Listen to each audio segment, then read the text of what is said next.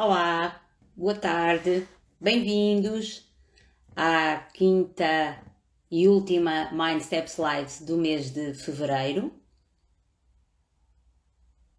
Como estão todos por aí hoje? Olá, Guida. Olá, Lúcia. Boa tarde, bem-vindos. Olá, Helena. Tudo bem? Bem-vinda. Olá, Joana. Tudo bem por aí? Pelos Alentejos? Boa tarde. Não sei o nome todo, Mar Guerreiro. Boa tarde.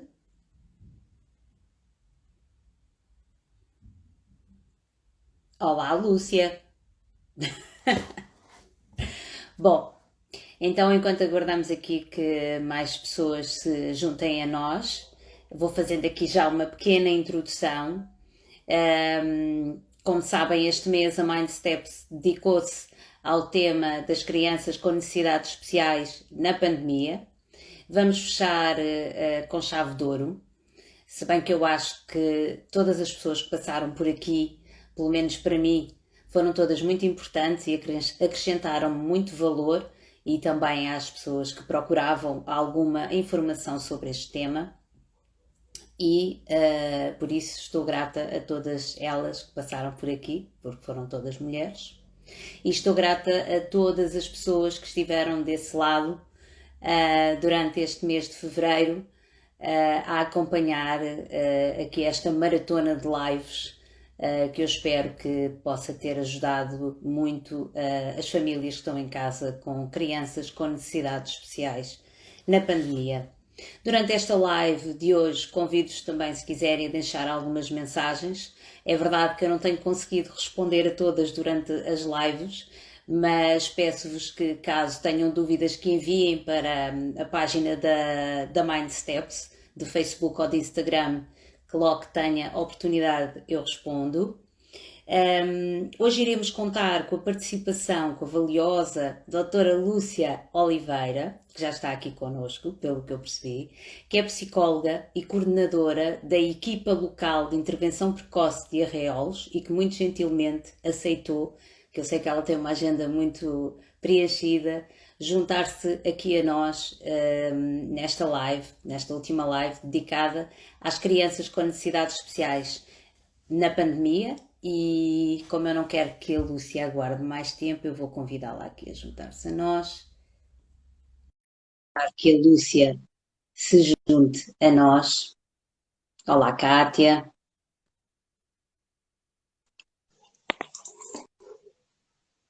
Olá, Olá, Lúcia. Boa tarde. olá, tudo bem? Boa Tudo. tarde. E por aí, como está o Também, tempo? tudo bem, está sol, hoje está bom. Pois aqui também. Aqui para Oeiras também está bom. Hoje Em está um primeiro dia bom. vou voltar a agradecer a sua Nada. gentileza em querer participar nesta live com um tema Uhum. tão importante e que pode fazer aqui a diferença. Hoje acho que vamos ter que estar aqui um bocadinho em roda livre, porque eu de facto não domino estes temas. A Lúcia é coordenadora de uma equipa local de intervenção precoce de Arraiolos, mais Sim, concretamente. Foi-me apresentada pela nossa, pelo menos minha amiga Joana a Santos, que está Joana. também aqui connosco nesta live. E aproveito Sim, também para dizerem, para seguirem a página dela, que ela agora está com um projeto bem interessante, o Be Happy, vão ver na página da Joana. E é isso, é começar aqui por falar um bocadinho às pessoas que estão deste lado. Para mim foi uma surpresa, vou comentar convosco. Quando falei com a doutora Lúcia, eu de facto não conhecia que existiam equipas locais de intervenção precoce no país inteiro e mesmo outros institutos. E acho que esta informação é muito válida para todas as pessoas que necessitem de algum suporte. E, portanto, em primeiro lugar, gostava que a Lúcia fizesse uma breve apresentação sobre si, sobre o seu trabalho e sobre a sua experiência nesta área concreta das ELIs, não é? Chamando assim ok. já de uma definida, se não se importasse, que Claro que não. começasse, passo-lhe a palavra. Obrigada. Então, eu Obrigada. queria obviamente agradecer-lhe também por ter endereçado este convite à Eli, não é? Neste caso, ah, sou eu que estou a dar a cara, não é? Mas faço parte de uma equipa que é uma equipa multidisciplinar.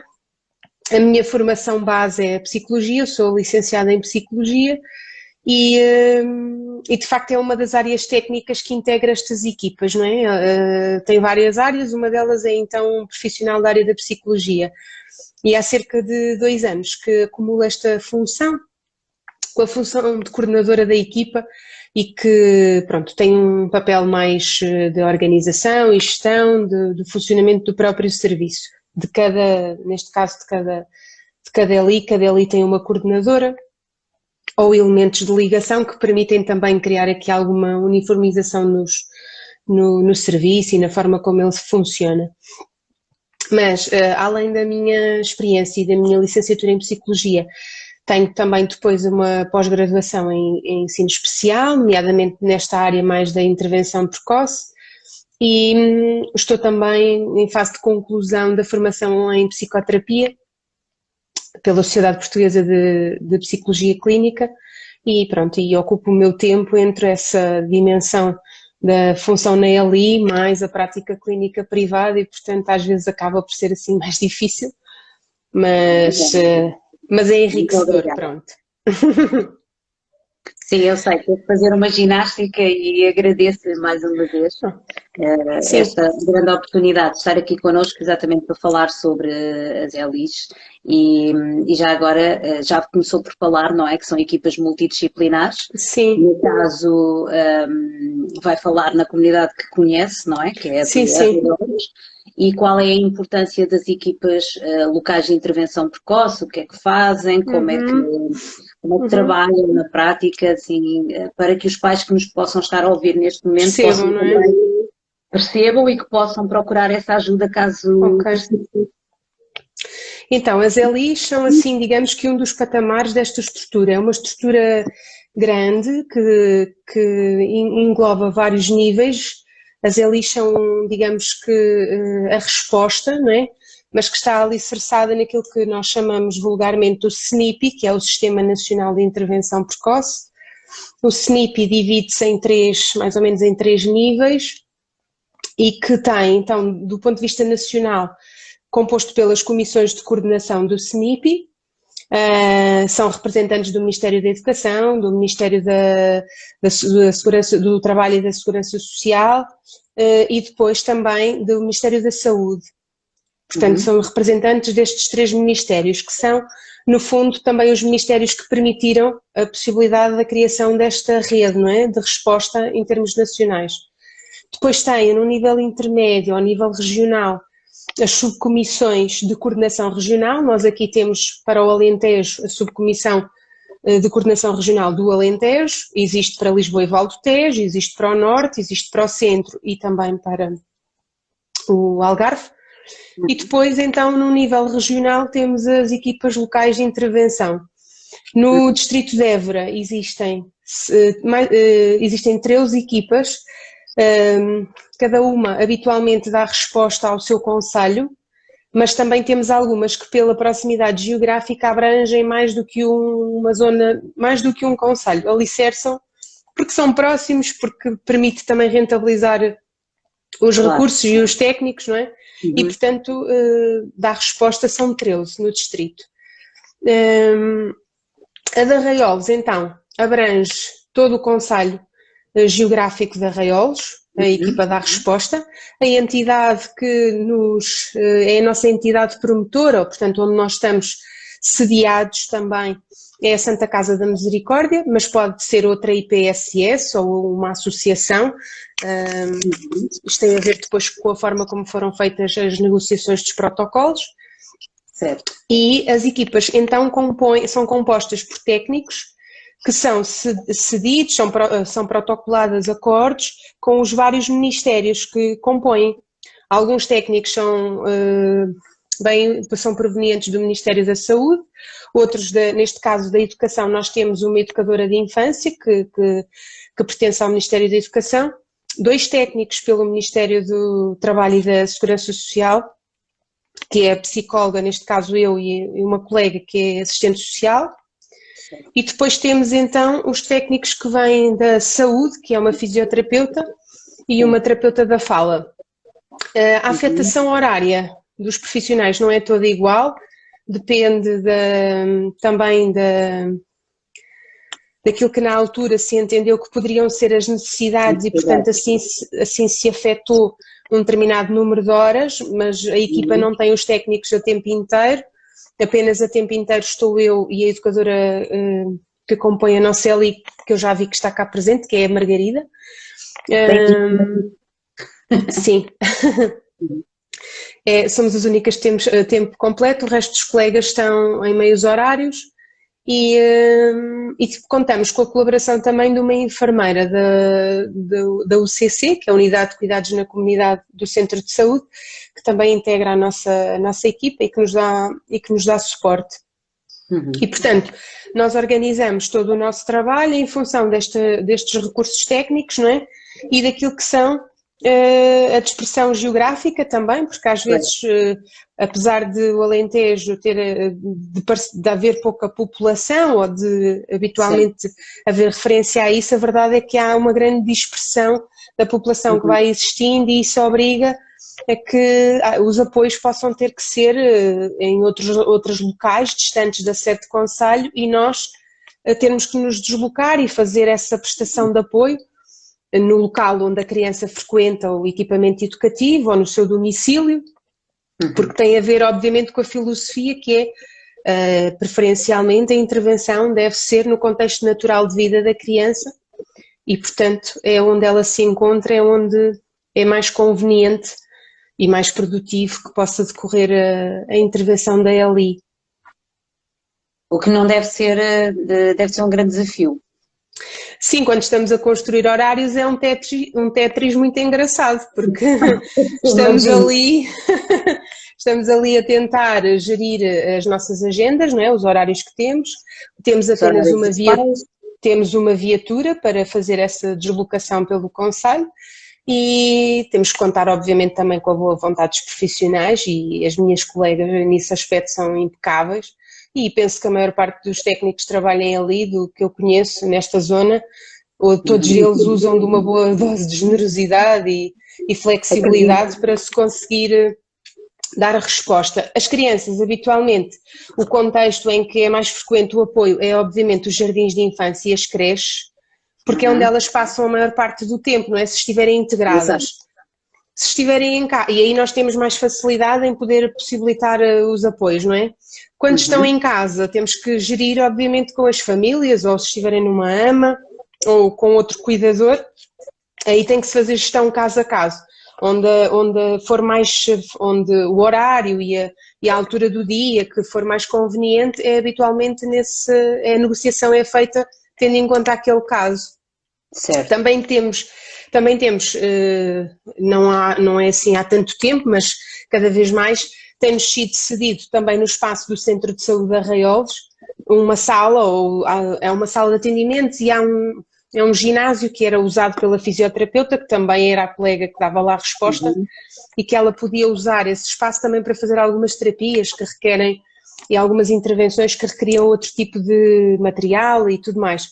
E, portanto, também usamos em determinadas alturas esse espaço, assim como na nossa sede também temos uma sala para atendimentos e quando os pais preferem e quando é melhor para a intervenção, por vezes também pode acontecer aí. Depende este aspecto de como se presta o apoio e o local tem muito a ver também, de facto, com as condições que as próprias equipas podem ter nas suas entidades ou nos seus concelhos, as parcerias que vão estabelecendo e, portanto, não é uniforme. Aquilo que é basilar a todas é que, de facto, o contexto preferencial de intervenção deve ser o contexto natural de vida da criança e da família.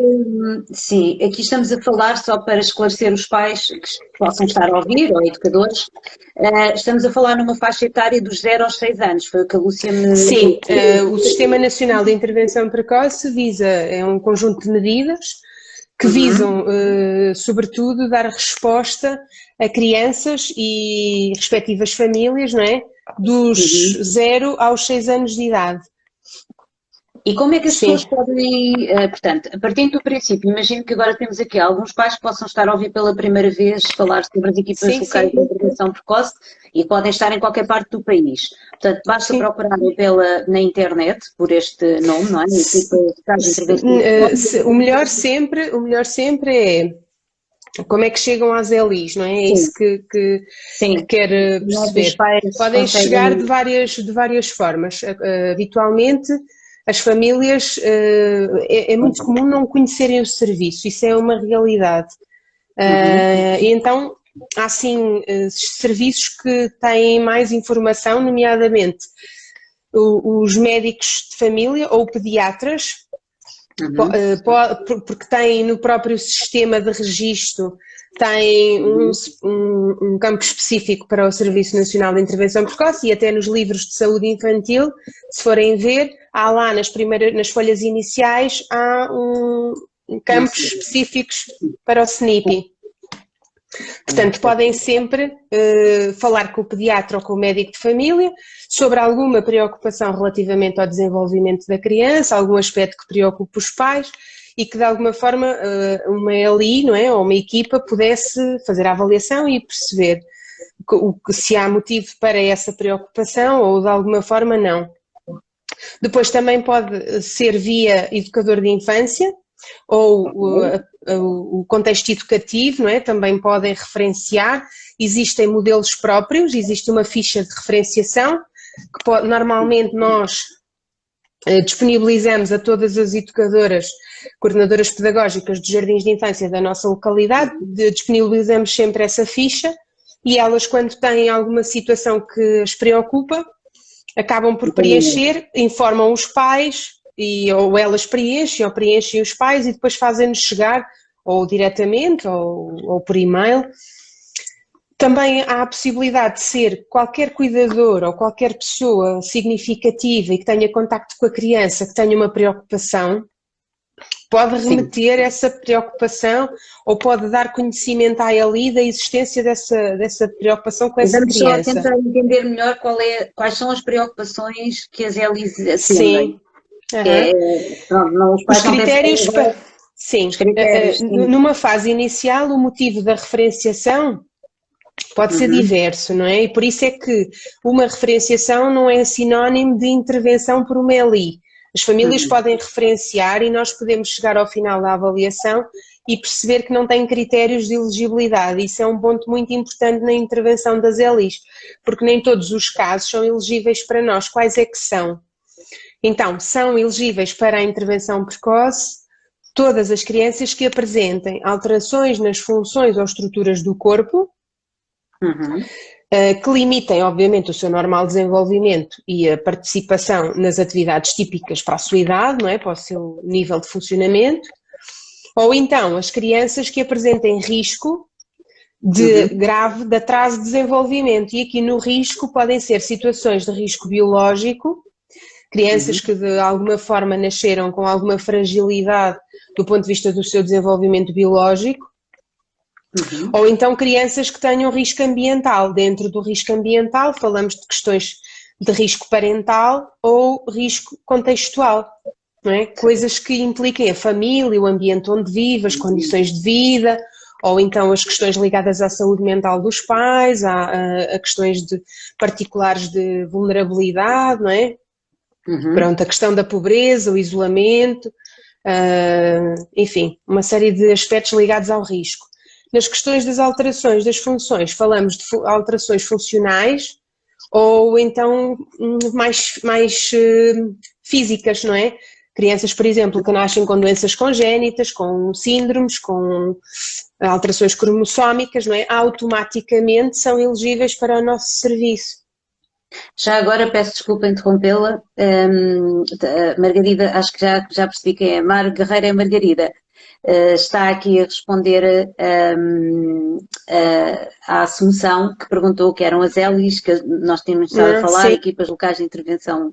Obrigada. isso Agora, eu tenho mesmo. aqui uma questão que pensei agora porque vi que a minha sobrinha Inês está aqui também connosco, e eu gostava de saber se vocês, por exemplo, com surdos, a comunidade surda também é elegível, também cabe dentro do MELI, por exemplo, que precise. Vocês têm alguém que faça essa interpretação da linguagem? Essa questão é muito importante porque nós trabalhamos, apesar de trabalharmos nestas questões do desenvolvimento, depois também temos que contar com parcerias com entidades que são especializadas em alguns níveis, em algumas especificidades, não é? Nós já tivemos uma situação de um casal em que eles eram surdos, a criança era ouvinte. Certo. Não tinha nenhum problema e de facto aí nós socorremos fizemos uma intervenção com aquela família, mas sempre, e com a criança, mas sempre com o suporte, por exemplo, da Associação de Surdos de Évora. Eram eles que faziam connosco o trabalho, ou pelo menos essa interpretação, não é? E facilitavam a comunicação. Mas também é importante dizer que os agrupamentos, para as ELIs, outra forma também de referenciar, além daquelas entidades que eu referi, também há outra forma que é via os agrupamentos de referência para a intervenção precoce. E isso está disponível, toda essa informação está disponível na página do SNIPI, que é snipi.gov.pt. Eu depois vou deixar, depois da live, as pessoas fiquem tranquilas. Sim. E aí conseguem ver todas as informações teóricas, não é? Sobre a estrutura, como é que isto tudo se montou, como é que está organizado, mas também depois quais são as ELIs que existem no país inteiro, os contactos, e-mails, telefones, embora alguns dados não estejam bem atualizados, mas o geral está lá. E depois também tem os agrupamentos de referência para cada região, para a intervenção precoce, porque é uma via e permite, lá está, perceber-se que há agrupamentos que têm depois então nas unidades que dão resposta ao ensino especial, têm determinado tipo de resposta, por exemplo, para crianças com a perturbação do espectro, não é? E portanto são parceiros que podem ser úteis às equipas no desenvolvimento do seu trabalho. Nós localmente não temos, nenhuma de nós, isso é verdade, nessa altura sentimos necessidade de tentarmos ter uma formação mais específica, sobretudo em língua gestual, porque nós não dominávamos e nunca tínhamos tido um caso dessa natureza, mas conseguimos via esta parceria facilitar também o nosso trabalho e portanto dá para fazer, mas na verdade os técnicos, à medida que os casos vão surgindo, há muito este movimento de procura de formação. Certo. Nós não sabemos, mas então temos que aprender. E então acabamos por investir, não é? Porque nós nunca temos bem noção dos casos que vão surgir, qual é a problemática base, não é? Imagino que não seja fácil, porque quando começamos a descentralizar, não é? A sair aqui de Lisboa, e do Porto, possam ter mais associações para doenças raras, acaba por ser mais difícil de dar resposta. Portanto, se não existissem essas parcerias... Sim, mas a rede aqui funciona bem e lá está, pela necessidade de rentabilizar recursos e também porque obviamente que há áreas em que a formação é importante, mas depois se não houver continuidade, e no caso da língua gestual, se as pessoas não treinam, depois acabam por esquecer ou haver dificuldade em manter, não é? E nós aqui, como tivemos apenas essa situação, na altura esta associação foi um grande parceiro para nós e portanto acabámos por conseguir ultrapassar aquilo que no início era uma dificuldade e acho que funciona, não é? Porque às tantas não temos que fazer o trabalho que outras pessoas fazem melhor até e com mais recursos. Queremos só mobilizar parcerias e também essa é uma das funções das ELIs, é recolher recursos na comunidade que possam ser úteis às famílias. Sim, vocês têm uma página no Facebook muito ativa, onde fazem partilha com os conteúdos muito valiosos e vão espreitar a ELI da Arraiolos, pelo menos, que é a que eu conheço. E está muito bem, ao nível da informação que prestam, é toda ela muito bem fundamentada, com artigos muito, muito interessantes. Estão de parabéns. Obrigada. E Bem, isto é um tema riquíssimo, não é? Porque uma pessoa às tantas. Há aqui uma questão também que é importante e que as pessoas podem estar a colocar-se e que eu também coloquei na altura, que era ao nível dos critérios, não é? Quais são os pais que estão habilitados a ter este tipo de suporte? Porque eu também ocorreu-me, será que são os pais que têm alguma carência financeira? Não, respondeu-me que não, qualquer. Não, não. O critério nem tem nada a ver com a condição da família, da condição do ponto de vista económico. Ou Certo. seja, tem mesmo a ver com existindo uma dificuldade, as tais questões de elegibilidade, alterações nas funções ou estruturas do corpo, ou então risco grave de atraso de desenvolvimento em algum destes parâmetros e preenchida a referenciação, pode ser entregue à equipa. Os apoios da ELI são absolutamente gratuitos às famílias, não têm qualquer custo, mas de facto é um processo que implica muitas famílias e, portanto, a ideia é sempre, assim que se avalia a elegibilidade, e como é que nós chegamos aqui? Nós recebemos essa informação, contactamos a família para agendar um primeiro momento, aquilo a que nós habitualmente chamamos o primeiro contacto. Certo. E nesse primeiro contacto com a família, nós tentamos perceber o motivo em detalhe da dita referenciação e perceber qual é a postura da família face àquele problema ou àquelas questões que foram mencionadas. E depois definimos um plano de avaliação. Como é que avaliamos, de que forma, onde, não é? O que é que necessitamos para avaliar, e avaliamos normalmente a criança, não é? Porque é em nome dela que chega a referenciação, e avaliamos também em dimensões do funcionamento familiar. Nós sabemos, não é? Está descrito que obviamente que havendo uma situação com um dos elementos da família, numa abordagem mais sistémica, todo o sistema sofre com isso, não é? Claro. E tem necessidade de se reajustar. E, portanto, também fazemos alguma avaliação à família e depois de recolhida essa informação é presente novamente a uma reunião de equipa, da equipa multidisciplinar, para percebermos então se aqueles dados, numa primeira fase, se é elegível, ou seja, se aquela situação problemática constitui de facto um constrangimento ao desenvolvimento da criança, à sua atividade e participação, seja com ela, seja com a sua família, porque às vezes a criança até pode, do ponto de vista do seu desenvolvimento global, ter potencial, mas a família estar a precisar de algum suporte.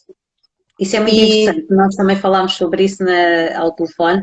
Isso é muito interessante porque vocês não acolhem só a criança que tem essa necessidade, fazem também o trabalho com a família, não Sim, é? Porque a lógica também é muito esta questão da intervenção centrada na família, claro. Ainda que a criança seja o alvo prioritário da modelação e da transformação da família, mas há alturas em que de facto a família precisa de algum suporte, precisa de orientação para serviços, precisa de encaminhamento para respostas, precisa até de algum aconselhamento, não é?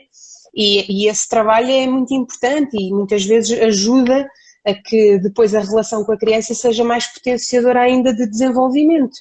Eu diria que é fundamental, porque os pais acabam por, dependendo da carência que tem, ou das necessidades que têm, de estar a viver uma fase de luto, não é? É uma fase nova na vida deles, mas a criança continua lá a precisar de atenção. Exatamente. E primeiro temos que juntar as pecinhas daqueles pais que estão a viver agora aquela situação para que eles depois possam dar uma resposta consistente e com mais...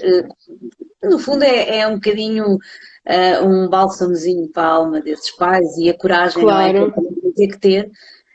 E quando nós estamos em situação de stress nem sempre conseguimos encontrar as melhores respostas. Nós sozinhos às vezes desorientamos-nos ou entramos em processo de recusa e portanto haver uma equipa que possa estar ali no fundo a centralizar e também a ajudar e a encaminhar enquanto esses pais ainda estão um bocadinho perdidos, isso é fundamental e eu realmente estou rendida, não conhecia.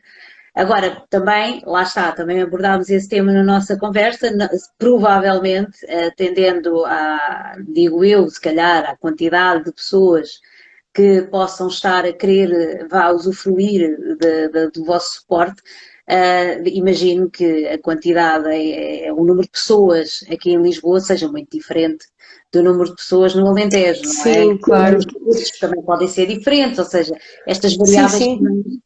podem aqui, no fundo, pronto, fazer com que algumas pessoas tenham que recorrer a outros serviços, porque vocês não devem ter capacidade de resposta, não? Habitualmente as equipas têm protocolados números de casos, não é? Que cada uma consoante a Sim. sua dimensão e localização geográfica que podem dar resposta. Obviamente que isto não é igual em todas, não é? Por exemplo, no nosso caso, Arraiolos, como é um concelho pequeno, Sim. nós temos protocolado 30 vagas.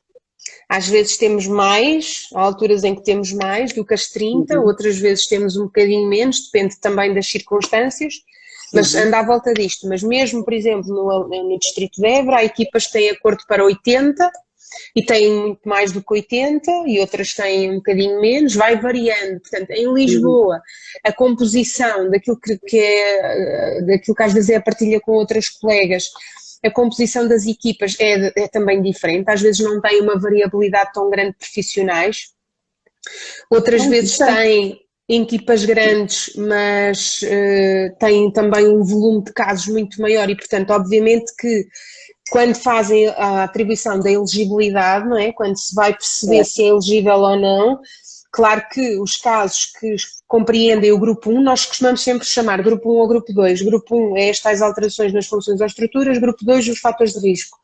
Obviamente que as questões das perturbações e Certo. das alterações nas funções do corpo são mais impactantes do ponto de vista depois da participação e da Uhum. funcionalidade da criança Claro. e esses são prioritários para a intervenção. Uhum. Portanto, isso faz variar a capacidade das equipas darem uma resposta mais a uma tipologia de casos ou a outra, não é?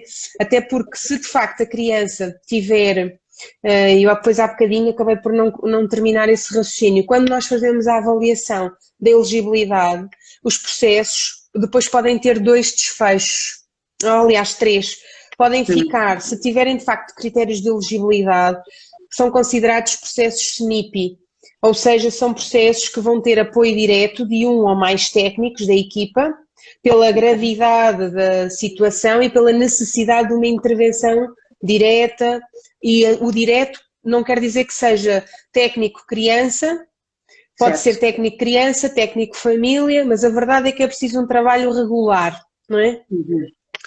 Podem ter um desfecho que é ficar em processo de vigilância, ou seja, apesar de não haver uma preocupação que requeira, ou uma situação, um diagnóstico que requeira uma intervenção direta, há ali alguma coisa que preocupa os profissionais e que é preciso avaliar melhor ou ter mais tempo para perceber o ponto como é que aquilo, qual é o desenrolar em termos do desenvolvimento e, portanto, colocamos os processos em vigilância, mas tanto um como o outro, tanto um processo SNIP como um processo de vigilância, nós construímos aquilo a que nós chamamos um PIP. O PIP, ou o Plano Individual de Intervenção Precoce, é o guião da intervenção, é o documento onde estão sistematizadas todas as informações, desde a abertura do processo até ao momento atual e o decorrer da intervenção. É um documento dinâmico em que nós vamos fazendo o registro das intervenções, do que vai acontecendo na família, os registros das consultas médicas da criança,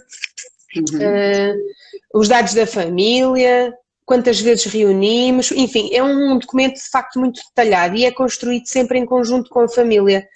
E na parte final temos então os objetivos que vão sendo trabalhados ao longo do tempo, em que ficam definidos o que é que se pretende atingir, quem é que faz o quê, como é que se faz, portanto as estratégias que todos vão usar, independentemente da criança estar com a mãe ou com o pai, e depois estar com a educadora, ou com a ama, ou com os avós, se nós entendermos que para aquele objetivo toda a gente pode dar um contributo, colocamos lá essas pessoas e também colocamos as estratégias para que toda a gente, depois ficam com uma cópia, toda a gente possa perceber qual é que é a forma de conseguir facilitar a concretização daquele objetivo. E depois programamos avaliações para perceber se está a correr bem, se há algum aspecto que é preciso mudar, se a criança não reagiu bem àquele tipo de estratégia ou se a família está com mais dificuldade em cumprir um dado objetivo. e essa reavaliação é feita regularmente. Portanto, esse documento, digamos que acaba por ser o guia, não é? Tanto para profissionais como para a família, e visa espelhar, sobretudo, as necessidades e as prioridades da família. Vamos dar um exemplo. Pode às vezes acontecer para os técnicos a prioridade ser um aspecto muito específico do desenvolvimento, não é? Mas, por exemplo, a família acha que importante para já seria, por exemplo, uma coisa que acontece muito, a criança fazer o controle do esfíncter, ou conseguir ir à casa de banho sozinha, não é? Ou identificar a necessidade, ou, por exemplo, dormir no seu quarto, ou não fazer tantas birras, pronto. É legítimo, não é? Quer dizer, para o dia-a-dia da família, este tipo de situação pode dificultar a rotina, pode criar São as stress. necessidades dos pais. Portanto, no fundo, ir ao encontro das necessidades dos pais e da criança acaba por ser aqui um trabalho mais desafiador, não é? E, portanto, nós não deixamos de parte as preocupações técnicas, não é? Mas a verdade é que, se nós queremos que as famílias colaborem e que de facto sintam que nós estamos ali também para respeitar as suas preocupações e para elas aderirem àquilo que é as nossas propostas de intervenção, porque nós fazemos propostas que podem ser sempre rebatidas e discutidas pelas famílias. Elas podem dizer, ok, mas eu não estou ainda muito preocupada com isso, ou para nós isso é facilmente conseguimos resolver. O que nós achamos que era mesmo importante agora começar era por este ponto. Ok, então vamos pensar nisso e vamos definir como objetivo, e se calhar na reavaliação seguinte já temos mais espaço para poder então, e já reparou que neste aspecto do desenvolvimento ou naquele... E sim, é um caminho que requer uma grande relação de confiança com a família. Também é importante que de facto os técnicos compreendam que isto não é um processo fácil para as famílias, não é? A procura de ajuda e aceitar que há alguém que elas não conhecem entre casa adentro, porque às vezes os apoios são nos domicílios, não é? Que também lhes fale sobre o que é normal ou não normal no desenvolvimento, quando se calhar os pais até acham que a criança tem esse problema, não é? Exatamente. Então, o espectro do autismo, que é aquele que eu conheço assim melhor, é realmente, se tiver Asperger, ele ou ela, é muito mais difícil, ou se for autista funcional, como se chama agora, é muito mais difícil para um pai muitas vezes entender, mas como assim, que problema? Não estou a ver aqui problema nenhum, se calhar os comportamentos na escola são completamente atípicos, não é? Colocam-se cuidados mais pequeninos, colocam-se debaixo da mesa, não querem ouvir barulho, e para os pais isso é perfeitamente normal, portanto, também é esse trabalho de aceitação. Eu diria aqui que isto é muito interessante, acabou por tocar aí num ponto que toca aqui com a parentalidade consciente, que são os relacionamentos, não é?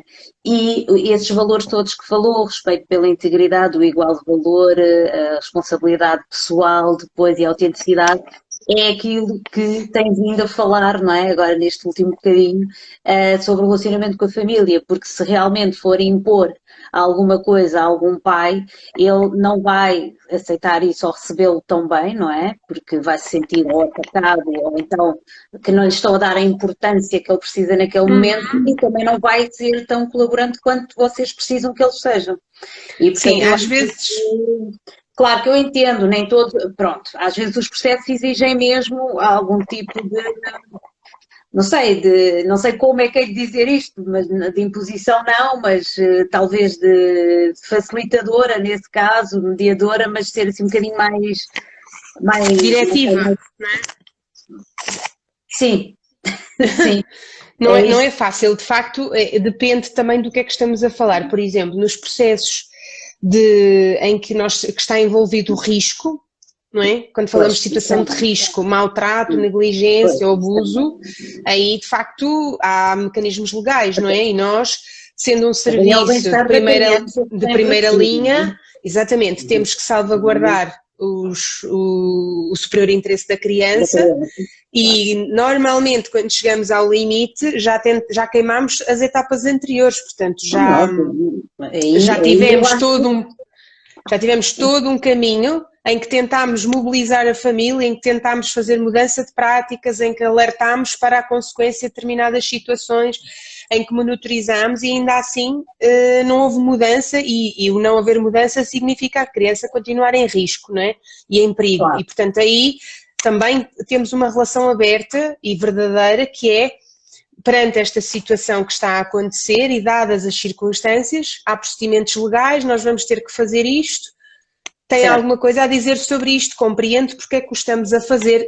Isto é o que é a melhor prática, não é? Como deve imaginar, há situações que isto não é possível, até porque os próprios técnicos podem ficar em risco, não é? Claro. E portanto, mas aí funciona de uma forma diferente. Nos outros processos, normalmente, aquilo que é realmente muito importante, e sobretudo, e há duas coisas que podem contribuir negativamente para a adesão da família.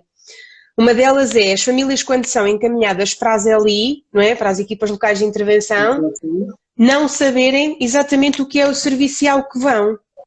Às vezes é preenchido o documento por alguém, seja daquelas entidades que nós vimos, mas não é bem dito o que é suposto.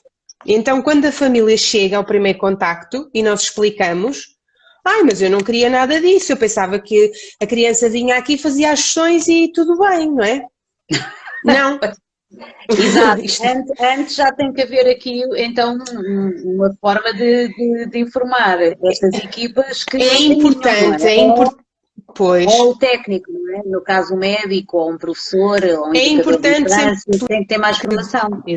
Exatamente, é importante explicar que as equipas de facto têm técnicos de várias áreas e que prestam apoios, mas prestam apoios não no registro de clínica, não é, de 1 para 1 e no final a criança vai embora e tudo bem, mas numa perspectiva de tem que se avaliar, tem que se perceber as competências da criança e as suas dificuldades, compreender as competências da família e as suas dificuldades e depois a família é o nosso grande parceiro e portanto tem que se envolver na estimulação e no processo, não fica espectadora, não é suposto que seja assim. E portanto às vezes de facto as expectativas de uns e de outros não combinam. E não fazem. Limitam-nos a todos na vida. Pronto. E portanto temos sempre que às vezes fazer este trabalho inicial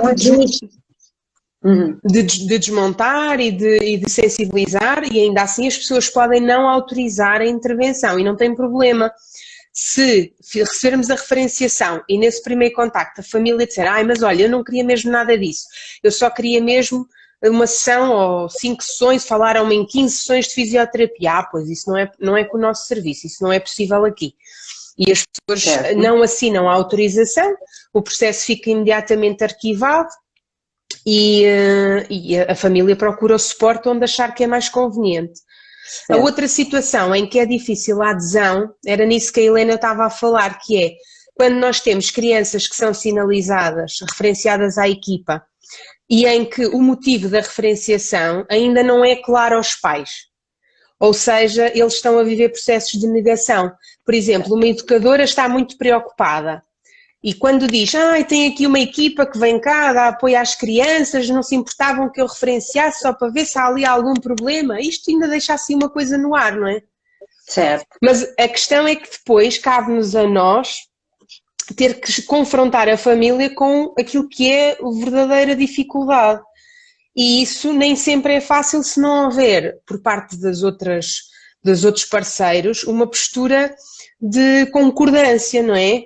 Se nós estamos a dizer, olha, nós estamos mesmo muito preocupados porque apresenta este critério, aquilo, ou tem parece que o seu desempenho se integra numa perturbação de determinada natureza, acontece que se depois vai ao pediatra e o pediatra diz, sim, está bem, mas ainda é pequenino, vamos esperar mais uns meses. Ou se o médico de família, na consulta de saúde infantil, tem pouco tempo para observar bem e faz mais perguntas aos pais e não tanto da observação da criança. E se as respostas não são coerentes, cria-se de facto uma maior dificuldade em que a família aceite o diagnóstico, seja ele qual for, embora nós só façamos diagnósticos funcionais, ou seja, conseguimos dizer se para a idade a criança está dentro do que é expectável ou não, não é? E pedimos sempre ajuda de médicos de especialidade, desenvolvimento ou pediatria. Pediatria e desenvolvimento, não é? Existe a neuropediatria, a pediatria e desenvolvimento, já são áreas que intervêm muito neste caso, Sim, assim, sim. específicos Sim, do sim. autismo e outros também.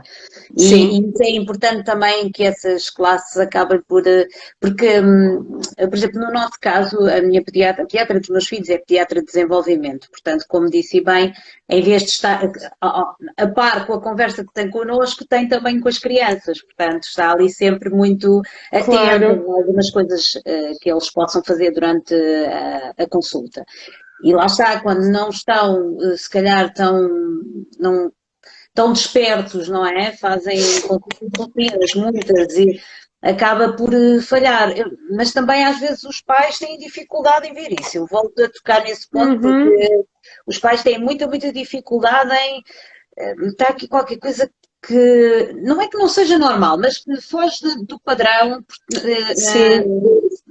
da funcionalidade, não é? Do padrão de serem todos iguais uns aos outros, mas pronto. E às vezes nós também temos que começar a estar despertos e atentos e pensar, quanto mais cedo for feita a intervenção, Melhor. provavelmente, exatamente, os resultados vão ser muito mais rápidos. Há situações até que depois a autonomia chega muito mais rapidamente. E isso também é importante que os pais comecem a despertar para terem consciência, já que existem equipas que estão, pronto, podem prestar esse suporte, que aproveitem, não é? Sim, a questão da intervenção precoce assenta mesmo nesse pressuposto, que é, acredita-se, daquilo que é investigação, já há uns anos, não é? De décadas, aliás, que de facto, quanto mais cedo se intervir em algumas patologias, o prognóstico é muito melhor, não é? E a plasticidade neurocerebral também permite precisamente que haja uma menor limitação naquilo que será depois a funcionalidade da criança e a sua atividade e participação, porque no fundo o propósito de toda esta intervenção é sempre que a criança, relativamente aos seus pares, pela sua condição, seja ela de que natureza for, não fique impossibilitada em termos da participação, da atividade e das oportunidades. E portanto nós temos que criar condições para que ela consiga exatamente fazer as atividades que não sendo iguais às dos outros, pelas suas características individuais, mas que sejam atividades que lhe potenciem oportunidades, seja ajustando o tamanho da mesa, cadeira, seja criando material maior, mais pequeno, não importa. A questão é que a criança tem que estar a participar e a envolver-se implicada nas atividades de forma ajustada ao seu nível de desenvolvimento. Sim, é verdade que os pais... Exatamente, por isso é que, de facto, a articulação entre as equipas e depois as equipas multidisciplinares do ensino, da educação inclusiva das escolas, dos agrupamentos, e a referenciação das crianças quando chega ao momento da transição de ciclo entre a ELI e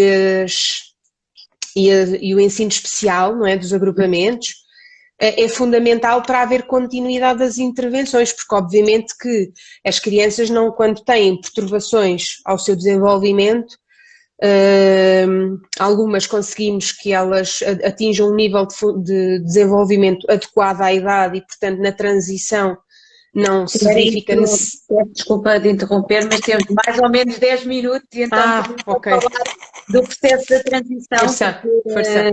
É isso mesmo, já estamos a caminhar então para o processo da transição. Sim. Portanto, a criança, quando é acompanhada, se cumprir os critérios de elegibilidade e se for prescrito um plano individual de intervenção precoce, penso que seja assim, estou aqui a tentar acompanhar o que usam os termos, portanto é acompanhada até aos 6 anos de idade, ou até à idade que seja necessário o acompanhamento, e depois aos 6 anos de idade entra no ciclo normal da escola, no primeiro ciclo, não é? E nessa fase vocês também fazem a transição, caso ainda estejam a trabalhar com a criança. Sim, é aos 6 anos ou a transição de ciclo, às vezes há adiamento da escolaridade e portanto fica mais um ano na ELI E quando todas as transições da criança são acompanhadas por nós. Imagine, está em casa e vai transitar para a creche. Nós fazemos o plano de transição entre a saída do domicílio e a creche.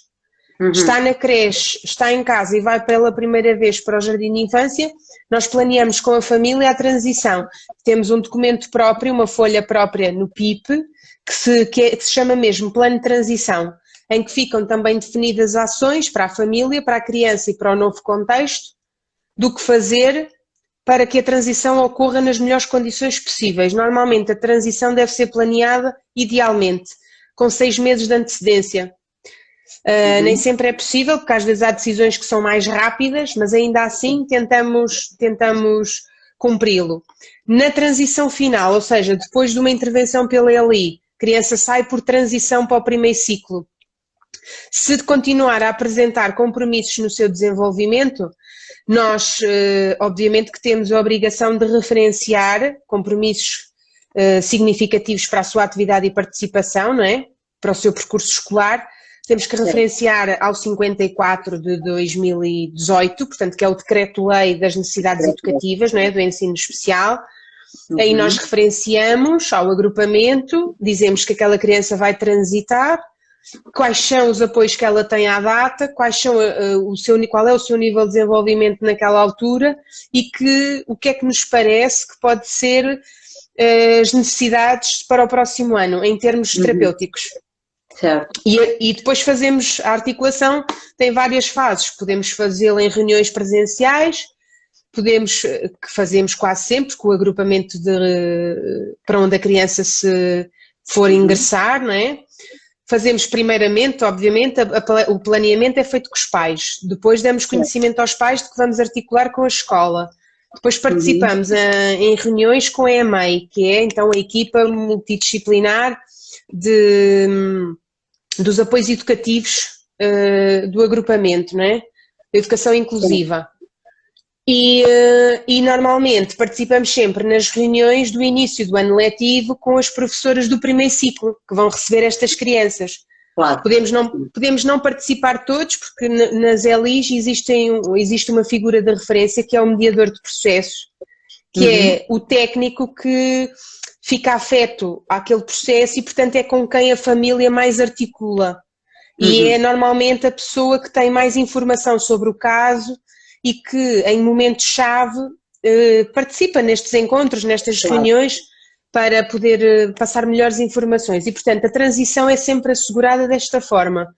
Quando a criança não precisa de medidas do 54, mas ainda assim beneficia de algum tipo de continuação de alguma intervenção, nós temos que encaminhar para respostas ou locais.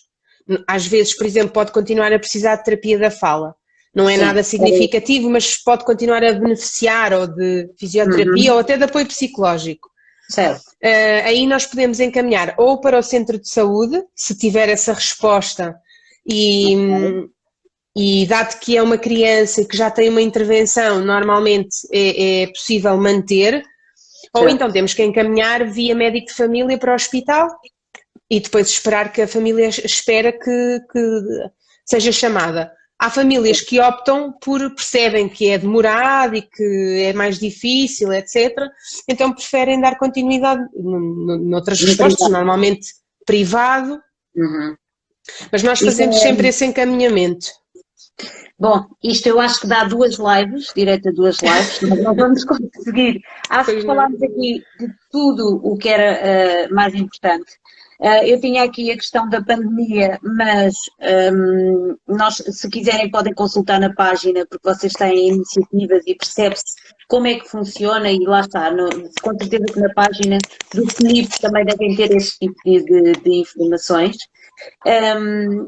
Quero ainda ter tempo, vou só tentar agradecer, não tenho medo que isto feche de repente, porque ainda quero agradecer muito, muito, muito a sua participação. Acho que foi fundamental, apesar dos termos que possamos ter usado aqui, não serem claros, mas depois eu vou escrever no texto e vou escrever a designação toda do que quer dizer a ELI, o SNIP, o decreto de lei e tudo mais, só para as pessoas terem noção.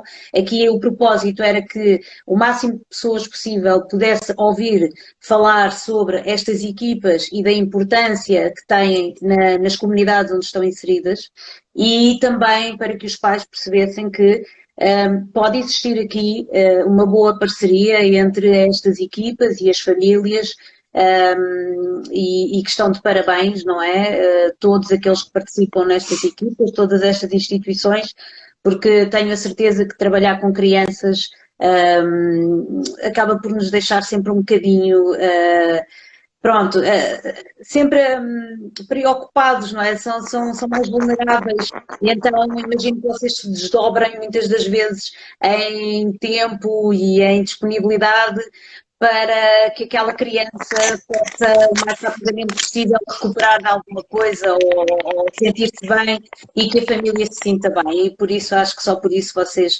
estão todos de parabéns, e muito, muito obrigada pela sua colaboração, pelo seu esclarecimento. Foi ótimo, está aqui tudo. Depois a live, eu hei de falar sobre como é que vou disponibilizar estas lives. Esta live tem um conteúdo super, super, super valioso. E é isso, pronto, espero que os pais que estão aí desse lado a assistir, todos os que estão a assistir, possam assistir depois, possam ver algumas dúvidas esclarecidas, e depois também podem enviar mensagem e eu tento perceber como é que eu posso ajudar, caso seja possível, mas acho que as informações que vão estar nos links já podem ser o ponto de partida para estas famílias. E pronto, e estamos mesmo aqui a terminar. Gostava que deixasse aqui uma mensagem se quiser, para os seus colegas, para as Elis ou para os pais que nos estão a ouvir também, assim uma coisa muito rápida, porque penso que também queira, se calhar, agradecer a alguns colegas, ou não sei. Sim, claro, queria obviamente agradecer às minhas colegas, como a Eli da Raiola, de facto, elas, sobretudo neste período de pandemia, tivemos uma grande necessidade de nos reajustar e isto exigiu muito de todas nós e elas foram incansáveis. E também, obviamente, às famílias, porque nos permitem entrar na vida delas, e porque muitas vezes aliás, na maior parte das vezes aprendemos muitíssimo também com aquilo que é o conhecimento que elas têm dos seus próprios filhos, não é? E a forma como nos explicam que há muitas abordagens, formas diferentes de se chegar a um determinado objetivo, e isso requer uma grande flexibilidade dos profissionais e uma grande abertura, e portanto isto não funcionaria se não fosse de facto esta capacidade de ajustamento constante e de respeito pela diferença e de parceria. E portanto eu acho que, e também exigem de nós, e isso também nos ajuda a sair da nossa zona de conforto e a reinventarmos. E portanto apelam acho à criatividade, à vossa criatividade, não é? Sim, e por isso estamos sempre a tentar criar outras formas de chegar até eles e de lhes ser úteis, não é? Sem que seja uma coisa demasiado técnica ou maçadora ou hierarquicamente, não é? É que sabe e a família aprende. Não, quer dizer, aqui nós aprendemos muitas coisas na observação das dinâmicas e temos é que integrá-las também na nossa prática, e isso é muito, eu acho que isso é muito útil e é o bom, e acho que a mais-valia deste trabalho, nesta forma de intervenção. Acredito que sim, eu acho que nessa troca de experiências que nós temos diariamente com várias situações, nós podemos sempre aprender. Exato. Estamos sempre em processo de aprendizagem, com os mais novos, com os mais velhos, com os da nossa idade. Eu acho que é isso, é tentar sempre olhar para os desafios com curiosidade e sem muitos julgamentos, e perceber, ok, então que oportunidade é que eu tenho aqui, que necessidade é que está aqui presente. É um bocadinho essa arte de questionamento que eu imagino que vocês façam muitas vezes. Sim. Para que conseguir chegar aqui ao melhor entendimento entre vocês e as famílias. E não queria, desculpe, só mesmo para terminar, queria dizer que obviamente gostaríamos muito, quem quiser, que possa visitar a nossa página do Facebook, Eli Arraiolos, tem muita documentação e tem propostas de atividades que são nossas. Sim. Ou então do conjunto das Elis do distrito, o calendário do desenvolvimento é uma dessas atividades. E também, se tiverem dúvidas, e se nos quiserem colocar, nós sempre que for possível podemos conseguir responder, não para a nossa região, mas encaminhar, não há nenhuma dificuldade com isso, estamos receptivos, têm lá os nossos contactos também.